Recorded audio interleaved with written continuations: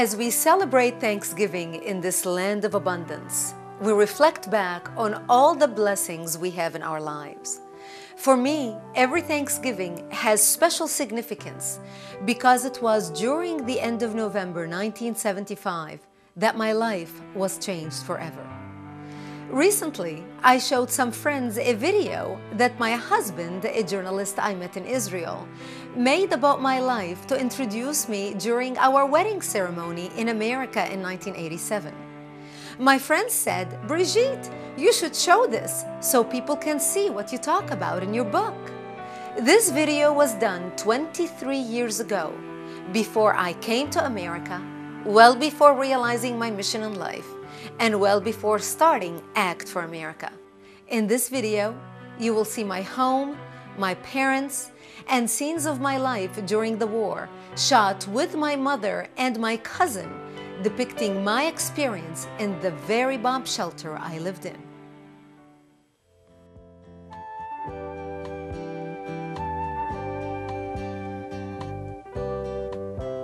I come from Lebanon, the land of the tall cedars that Solomon built his temple with.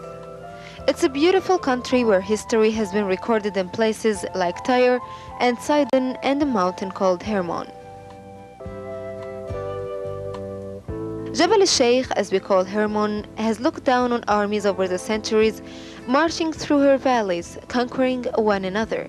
Today, it is sadly still the same. For much of my country is, as you know, caught up in a modern war of historical and religious origins.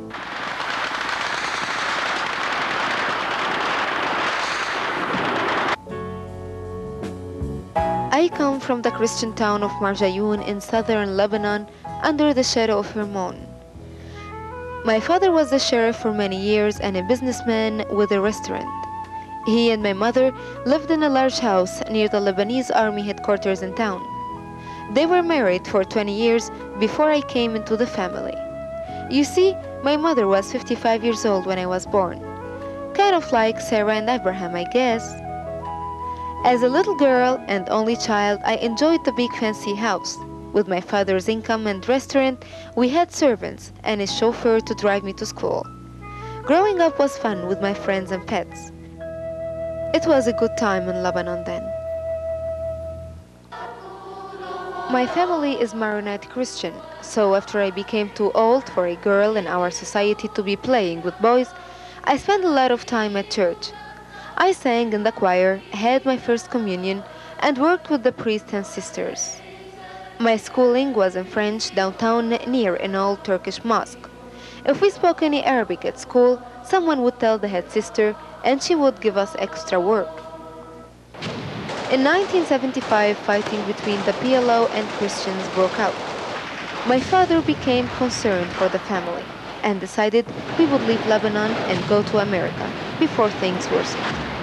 He withdrew his 30 years saving of $400,000 from the bank in Beirut and returned home. 2 days later, at 9 o'clock in the evening, our lives would be changed. Across the valley from our town is a Shiite village that the PLO occupied.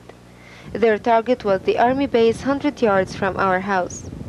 Their first multiple rocket exploded, drawing my parents outside to see where it landed.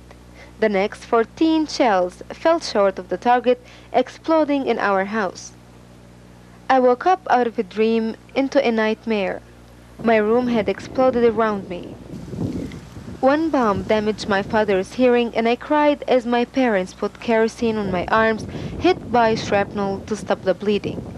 Suddenly, our wonderful world in the big house was over. My father's fears had turned into cold reality. Our future seemed wiped out. In the destruction, my father's money was burned to ashes.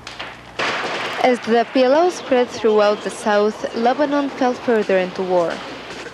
Our bomb shelter was home as shells tore into town, exploding around us. We were prisoners of cold winters without electricity or heat.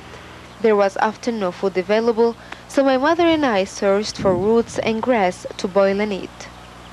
Between shellings, we ran to a nearby spring for water.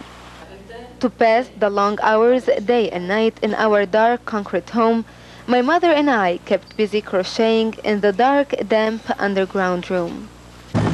7 years later, in 1982, the Israelis came to run the PLO out of Lebanon. We came out of the shelter and back to rebuilding our lives. My father was unable to work, and my mother's legs were healing from a bomb that exploded one day as she ran for the shelter. I went to the local hospital to find a job. Because I had learned English and Hebrew reading subtitles on TV programs, I became secretary to the hospital administrator. Soon after, I applied for a job at MIT. It must have been God's planning, because to everyone's surprise, I found myself on the way to Jerusalem as production assistant for the MIT Arabic News program. My first night there was spent in the Hilton Hotel. It was quite a shock for a 20-year-old fresh out of Lebanon and away from her parents for the first time. After 6 months, our news anchor quit, so the producer came to me and said I was on the air the following day. To be honest, I was happy and scared at the same time. Happy to be on TV and scared about the Shiites, Syrians, and PLO who would see my face on the Israeli-backed Christian TV station. Being a celebrity can have its drawbacks here in the Middle East. The situation now is still uneasy in southern Lebanon. Once or twice a week, a shell will scream into town, reminding us that the PLO and now the radical Hezbollah Shiites are back since the Israelis pulled out a year ago. We expect a big attack from them soon. But for now, our South Lebanese army protects us from their raids into our area bordering Israel. The past 12 years haven't been the best for most of us in Lebanon. What goes on around us seems out of our control, but today is evidence that God is in control and gives us the desires of our hearts. Today is another day that will make the hard times seem so far away. It is a day that I'm glad to be sharing with you.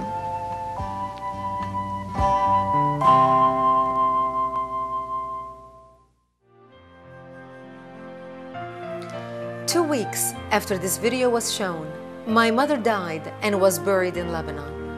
I brought my father to live with me in Jerusalem.